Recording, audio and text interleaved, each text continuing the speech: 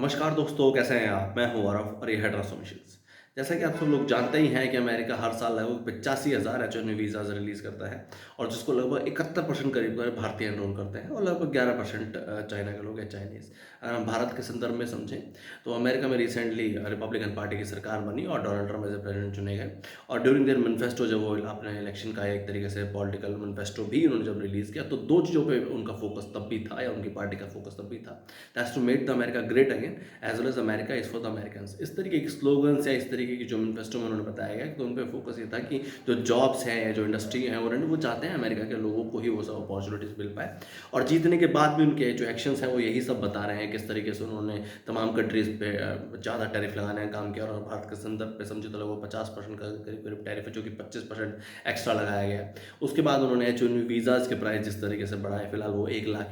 कर दिए हैं और अगर भारतीय नंबर के हिसाब से फिलहाल dollar to Indian rupee currency के हिसाब से वैल्यूएशन समझेंगे तो लगभग 88 लाख रुपए करीब करीब। तो ये सब जो एक्शंस हैं या ये सब जो बातें हैं, ये दर्शा रही हैं कि वो ऐसा चाहते हैं कि जो भी जॉब अपॉर्चुनिटीज़ हैं, जो भी एम्प्लॉयमेंट अपॉर्चुनिटीज़ हैं, एजुकेशनल अपॉर्चुनिटीज़ है इन यूनिवर्सिटीज़, वो मेजरली अमेरिका के लोगों को ही मिले। अब ये दो तरफा मार है भारत के लोगों के लिए, क्योंकि जो मेजरली 71% जो भारतीय एनरोल करते हैं हर हर साल H-1B वीज़ाज़ के लिए, उनको तो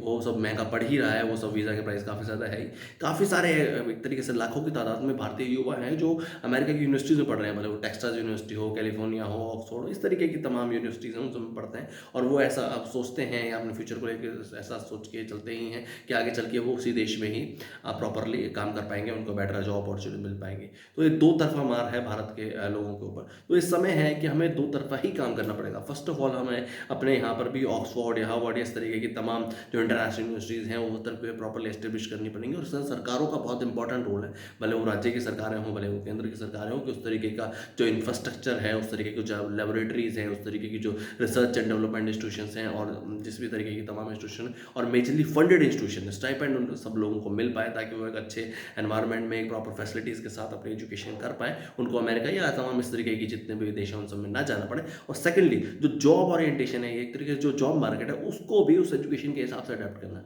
क्योंकि देखिए आज भी बहुत बार ऐसा होता है, ये तमाम हमें एग्जांपल देखने को मिलते हैं कि भारत की बहुत अच्छी-अच्छी यूनिवर्सिटीज़ के अंदर से ब्रेन ड्रेन होता है, भले वो आईआईटीज़ हों, आईआईएम्स हों या फिर और तमाम फिलैंथ्रोपिक बेस्ड एजुकेशन में काफ़ी सारी यूनिवर्सिटीज़ खुली। मैं ऑल्दो नाम तो नहीं लेना चाहता, बट बहुत ही प्रोमिनेंट ग्रुप्स के या इंटरनेशनल ग्रुप्स के इंडस्ट्रियल लोगों से तमाम इस तरीके से ऑर्गेनाइजेशन, भले वो मैनेजमेंट के कोर्सेज़ हों, एमबीए के हों या टेक्निकल कोर्सेज़ हों, उन सब में एजुकेशन है और उसके बाद उन सब बच्चों को या उन सब स्टूडेंट्स को भारत में जॉब नहीं मिल पाती, इसलिए मजबूरी में भी उनको इस तरीके के देशों में जाना पड़ता है, जो कि आज काफ़ी डिफ़िकल्ट हो रहा है उनके लिए। तो दोनों एक तरह के स्तरों पे काम किया जाना बहुत ज़्यादा ज़रूरी है। जय हिंद।